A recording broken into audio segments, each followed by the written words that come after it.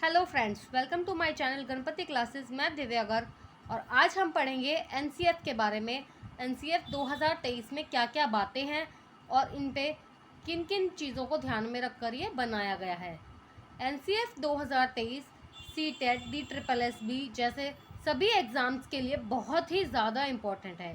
तो चलिए शुरुआत करते हैं नेशनल करिकुलम फ्रेमवर्क यानी राष्ट्रीय पाठ्यचर्या की रूपरेखा के बारे में। इसका सबसे पहला पॉइंट है कि NEP 2020 यानी नेशनल एजुकेशन पॉलिसी के तहत एनसीएफ का ड्राफ्ट जारी किया गया है।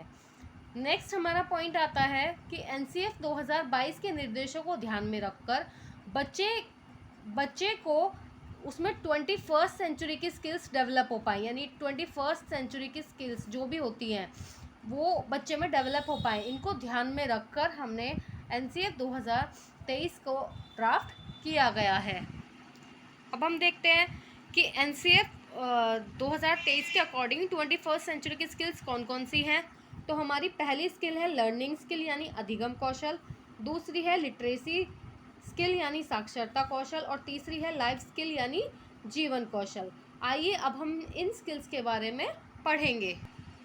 हमारी पहली स्किल है लर्निंग स्किल यानी अधिगम कौशल। तो ये ना बच्चे की जितनी भी चीज़ें बच्चा लर्न करता है उन पर फोकस करती है कि बच्चा ऐसी स्किल्स को लर्न करे जिससे कि इसका ओवरऑल डेवलपमेंट हो, मतलब उसका समग्र विकास हो। सिर्फ ऐसा नहीं है कि एक ही स्किल आ गई बच्चे को और बच्चे का डेवलपमेंट हो गया। ये स्किल कहती है कि ऐसी स्किल्स हमें अपने उसमें लानी है कि बच्चे का ओवरऑल डेवलपमेंट हो। तो इसकी पहली स्किल है क्रिटिकल थिंकिंग यानी विश्लेषणात्मक चिंतन। इसमें क्या होता है, बच्चा ना अपने सही मूल्यों को पहचान कर उनका आकलन भी कर पाता है। मतलब बच्चा जान पाता है कि क्या चीज़ उसके लिए सही है और क्या चीज़ उसके लिए सही नहीं है, या कोई जो उसने काम किया है वो उसका क्रिटिकली एनालिसिस कर पाता है क्या वो सही है या नहीं है। नेक्स्ट आती है क्रिएटिविटी यानी सृजनात्मकता। सृजनात्मकता किसी भी बच्चे के डेवलपमेंट में बहुत इंपॉर्टेंट रोल प्ले करती है, क्योंकि अगर बच्चा क्रिएटिव नहीं होगा ना तो उसका डेवलपमेंट नहीं हो पाएगा। अगर बच्चा इनोवेटिव चीज़ें करेगा, नई नई चीज़ें करेगा, इमेजिनेशन बढ़ेगी उसकी, इनोवेशंस करेगा या अपनी थिंकिंग को जितना वो डेवलप कर सकता है वो सृजनात्मक अगर बच्चा होगा तो वो उतना ही ज़्यादा अपने आप को डेवलप कर नेक्स्ट है हमारी स्किल कोलैबोरेशन यानी सहयोग। इसमें हम क्या देखते हैं कि बच्चा समाज में रहकर कैसे, यानी एक सोसाइटी में रहकर कैसे अपने आप को सांस्कृतिक रूप से या फिर जो भी उसके पर्यावरण में जो भी उसकी चुनौतियां आती हैं उनका कैसे सामना करता है। मतलब अगर बच्चा अपनी डे टू डे लाइफ में देखा जाए तो कैसे लोगों को सहयोग के साथ या बच्चों के सहयोग के साथ या अपना योगदान कैसे देता है, इसमें ये सब चीज़ें आती हैं। चलिए अपनी नेक्स्ट स्किल देखते हैं। अगली हमारी स्किल आती है संप्रेषण की, मतलब कम्युनिकेशन की। ये किसी भी बच्चे के लिए बहुत ज़रूरी मानी जाती है, क्योंकि अगर बच्चा अपने आप को एक्सप्रेस नहीं कर पाएगा ना तो हमें पता नहीं चलेगा कि उसने कितना लर्न किया है या क्या चीज़ें उसने अपने व्यवहार में उतारी हैं। तो बच्चा चाहे मौखिक रूप से यानी वर्बली चाहे एक्सप्रेस करे या गैर मौखिक रूप से यानी नॉन वर्बली, मतलब अपनी पेंटिंग्स के जरिए, अपनी ड्राइंग के ज़रिए, अपने काम के जरिए, प्रोजेक्ट्स के जरिए, इनके ज़रिए बच्चा एक्सप्लेन करे, पर बच्चा अपने आप को एक्सप्रेस करे, यही हम चाहते हैं। बच्चा एक्सप्रेस करे उसकी क्या नीड्स हैं, क्या उसकी एस्पिरेशंस हैं, क्या आकांक्षाएं हैं, क्या इच्छाएं हैं, क्या उसकी एबिलिटीज़ हैं, क्षमताएं हैं, ये सब बच्चा एक्सप्रेस करे। तो इसलिए नेक्स्ट स्किल है हमारी कम्युनिकेशन। अब आते हैं हमारी दूसरी मेजर स्किल पे यानी साक्षरता कौशल, जिसमें आती है लिटरेसी स्किल्स। ये लिटरेसी स्किल्स जो होती है ना ये बच्चे के मेनली डिजिटल मीडिया से रिलेटेड होती हैं कि बच्चा डिजिटल जो मीडिया होता है उसको किस तरीके से यूज़ करता है अपने आप को और अपनी पर्सनालिटी को और ज़्यादा बढ़ाने के लिए। पहला है सूचना साक्षरता यानी इन्फॉर्मेशन लिटरेसी। इन्फॉर्मेशन लिटरेसी क्या होती है कि बच्चा तथ्यों यानी फैक्ट्स वगैरह से या फिर स्टैटिस्टिक्स को या फिर जो भी उसके आसपास चीज़ें चल रही हैं उनसे तथ्यों को, जानकारियों को इकट्ठा करके क्या वो इन्फॉर्मेशन प्राप्त करता है।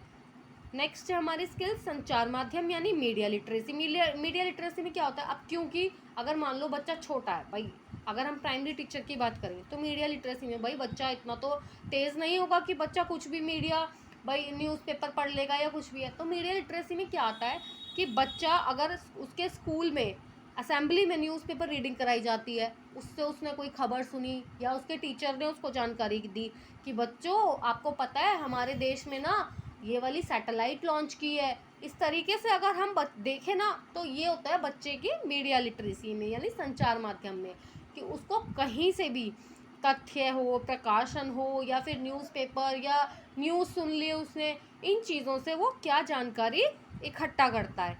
नेक्स्ट हमारी स्किल है प्रौद्योगिक साक्षरता, मतलब टेक्नोलॉजी लिटरेसी। इसमें क्या है, बच्चा छोटे छोटे लेवल पर टेक्नोलॉजी को समझना शुरू करता है, जिससे वो नई नई टेक्नोलॉजी को देखता है। अगर आप देखो, अगर हम प्राइमरी लेवल पे बच्चों को प्रोजेक्टर्स की हेल्प से या विजुअल एड्स की हेल्प से पढ़ाएं ना, तो इसमें क्या होता है कि बच्चा ना नई नई चीज़ों को समझना शुरू करता है, नई नई चीज़ों को अच्छा प्रभावशाली ढंग से समझता है, उनकी तकनीक के पीछे की वो कम से कम सोच लगाता है कि अच्छा ये चीज़ कैसे चलती है। तो इसमें आती है ये चीज़ें।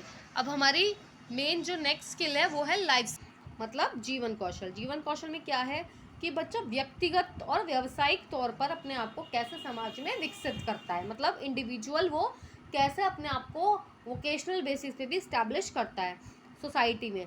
तो हमारा इसका फर्स्ट पॉइंट आता है लचीलापन एवं अनुकूलनीयता, मीन्स फ्लेक्सिबिलिटी एंड अडेप्टेबिलिटी। अगर बच्चे की सोच में फ्लेक्सिबिलिटी होगी, लचीलापन होगा, वो सिर्फ एक चीज़ को लेके नहीं बैठेगा, मतलब अगर किसी चीज़ का सॉल्यूशन उसे टीचर ने दिया है तो सिर्फ उस पर ना बैठकर उसके और भी पॉसिबल सॉल्यूशंस के बारे में सोचे।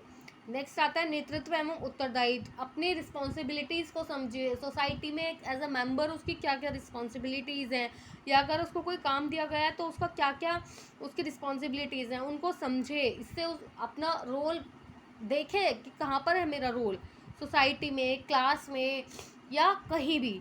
नेक्स्ट है पहल एवं स्वायत्तता।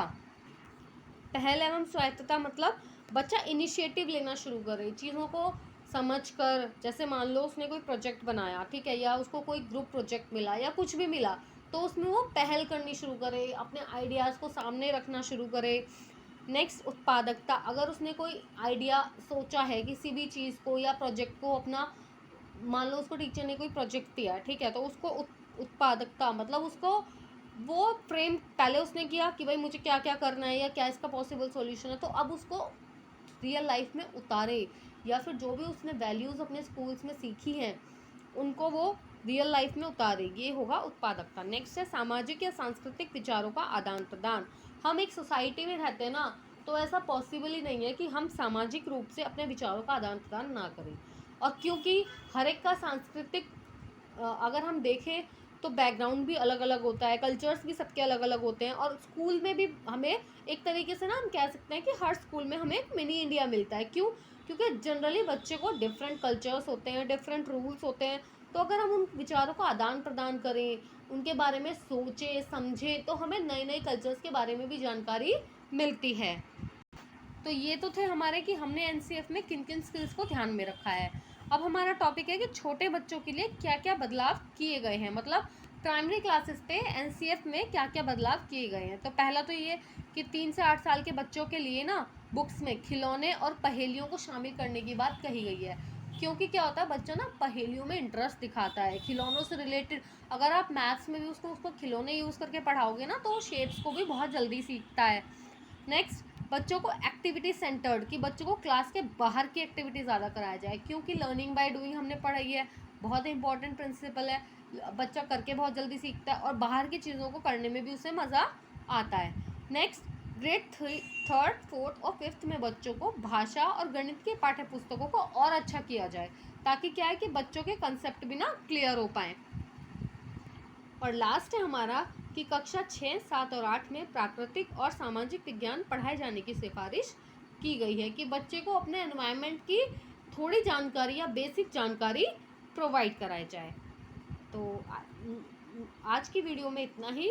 आई होप गाइस आपको मेरी वीडियो पसंद आई हो। अगर मेरी वीडियो पसंद आई हो तो इसे लाइक, सब्सक्राइब और शेयर ज़रूर कीजिएगा, और ऐसी ही और वीडियो और अपडेट्स जानने के लिए मेरे चैनल से जुड़े रहिएगा। Thanks for watching.